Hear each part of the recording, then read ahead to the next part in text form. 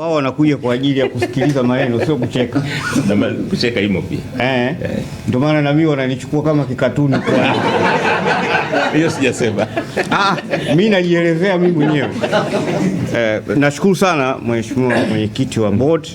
Ni kweli kwamba tumeingia katika makubaliano na wenzetu wa Mainstream Group pamoja na Nexus Pesa.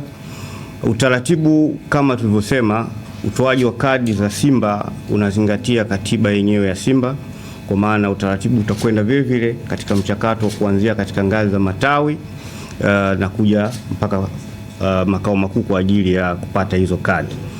Kila mwanachama ambaye atafanya enrollment hiyo ataipata kadi yake katika eneo lake kwa utaratibu ambao tutakubaliana, kwa sababu kuna makampuni mengine ambayo tunaendelea na majadiliano nayo kwa ajili ya kufanya delivery ya hizo kadi.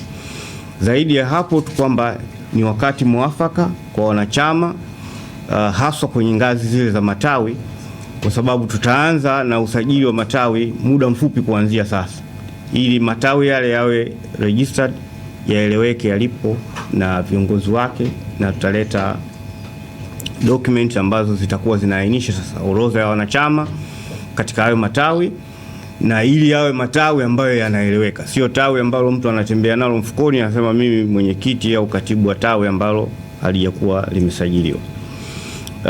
Target yetu kadi ya mwanzo itakuwa ni siku ya tarehe 27 mwezi wa 3 mwaka 2026. Tunafanya hivyo kwa sababu kuna mambo mengi na taasisi nyingi ambazo zinatakiwa kuhusika kwenye maandalizi ya utoaji wa hizo kadi. Ilikuwa ni muhimu sana kuwatangazia utaratibu huu ili wale ambao tumewapa majukumu watakapokuwa wanawasiliana na taasisi zinginezo, basi wawe ni watu ambao wamepata idhini ya club na tumetangaza kwamba tumewapa idhini.